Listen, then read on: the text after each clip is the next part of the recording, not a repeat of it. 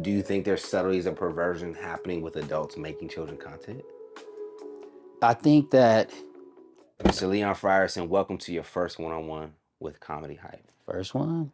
Hey, so first and foremost, where do you think people recognize you the most? Oh, you know what it is, man. Known for all that on Nickelodeon seasons 4 through 6, about 97 to 2000, maybe 2001 or so.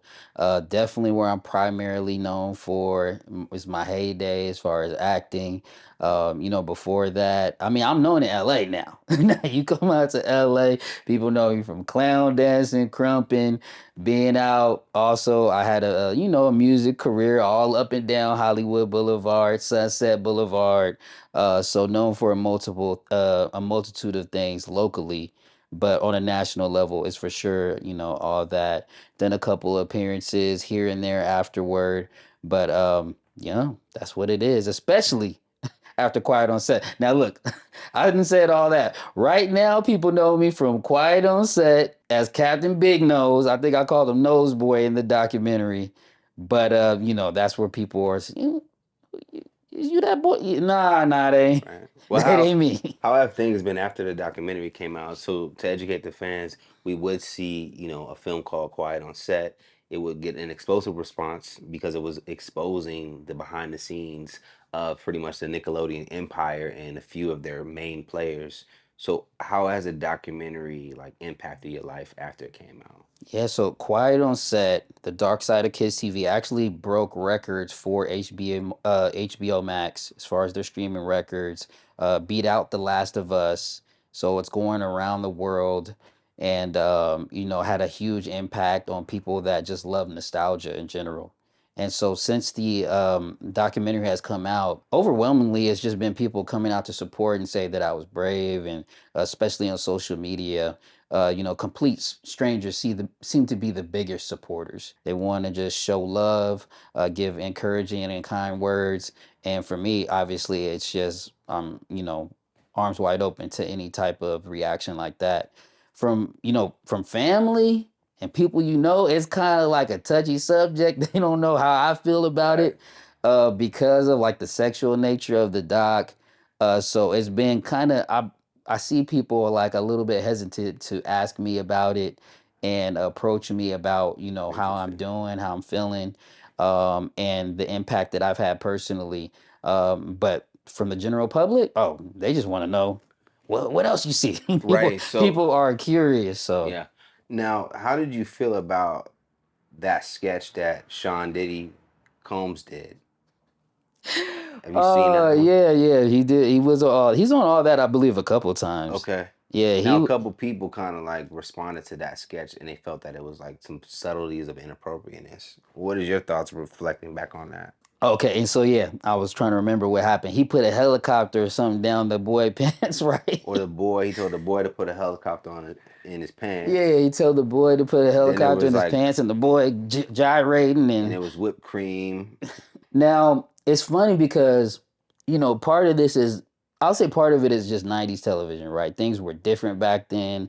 Right. You wouldn't People really didn't bat an eye at that type of content at the time. When you look back at it with the 2024 lens and also the new Diddy lens, it's like, damn, bro, you can't stay up out of some mess.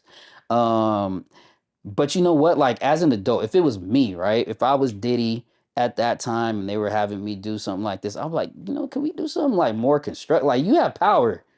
Can we do something more constructive? Can we, um, obviously we want to go for the jokes, but why do I have to dumb myself down? Why? And it's not funny. That's the main thing. Was it It, not funny back then though?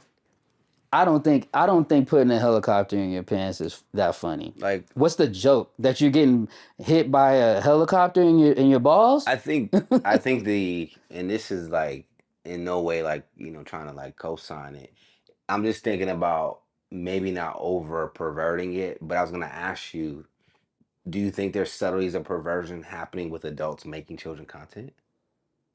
I think that adults have adult mindsets, right? I mean, if I were creating a joke about putting something in my pants, I think I'm thinking about what that means. And it's funny because it's in your pants, and that is a taboo area of your body. Right. And so that is the joke. And so to put that on kids, now I'm not gonna say that it's just all bad and like Right, kids right, can't right, joke about that stuff. It can be joked about.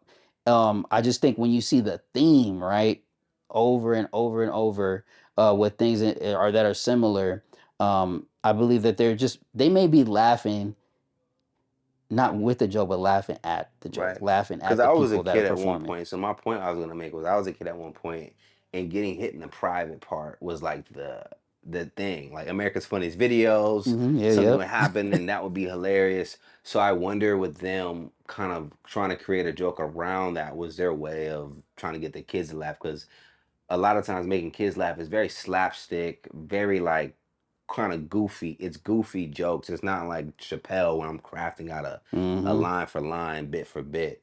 But it just made me think about stuff I've heard when it comes to animations. There Right. was some, if you want to go down conspiracy land, I've heard like stuff about Aladdin and then I putting seen a some lot. sprinkling some stuff in there if you rewind it back. So how true do you think that is, just given your experience, and what would be the reason for that? Right, and look, coming up, I seen that on Aladdin. I think there was some on goddamn, what's Ariel? Ariel's movie. My bad. Little Little Mermaid. Mermaid on Hmm. the front cover. Little Mermaid. You got Aladdin. I believe in Lion King when he's hit the wind. It spelled sex with the flowers and stuff. And then, and not to put it all on one network, also, with like Cat Dog, I believe, Ren and Stimpy, some of these shows on Nickelodeon as well had some type of issues like that. And I try to always try to put it on the individual. It's hard. It's hard because the network should be culpable. The network should be the team that's looking after everything, making sure that their content is suitable for the audiences. But there's people out there, and you can never control everybody. And I believe at every corporation, not maybe not everyone, but at most businesses in America, most cities, most towns, most schools, most shops, most malls, there's always gonna be some type of offenders, people that's doing something nasty. You can't control them. They're out here, and it's not really you can't just put it on the whole industry. Um, but I do think that it's intentional. These people are trying to find their ways into these precarious situations with minors and underage people, or have influence over them, and get out a subtle message because they think it's a joke. They think it's funny that they're getting over on people, Hmm. or they're actually getting a kick out of inputting that message for the world to consume. So it's hard for me to put myself inside their heads because I don't know what the hell's going. I ain't writing sex or putting undisclosed messages of Jasmine, take your clothes off. That's what it was in the like bruh, really? Like, you gonna put that in there and possibly get caught for what? Just to say you did it? Because really, kids don't know, and it's just somebody's getting a kick out of it, man. Enjoyed this teaser? You can watch the full interview right now at hypersclub.com, along with more behind the scenes and additional content.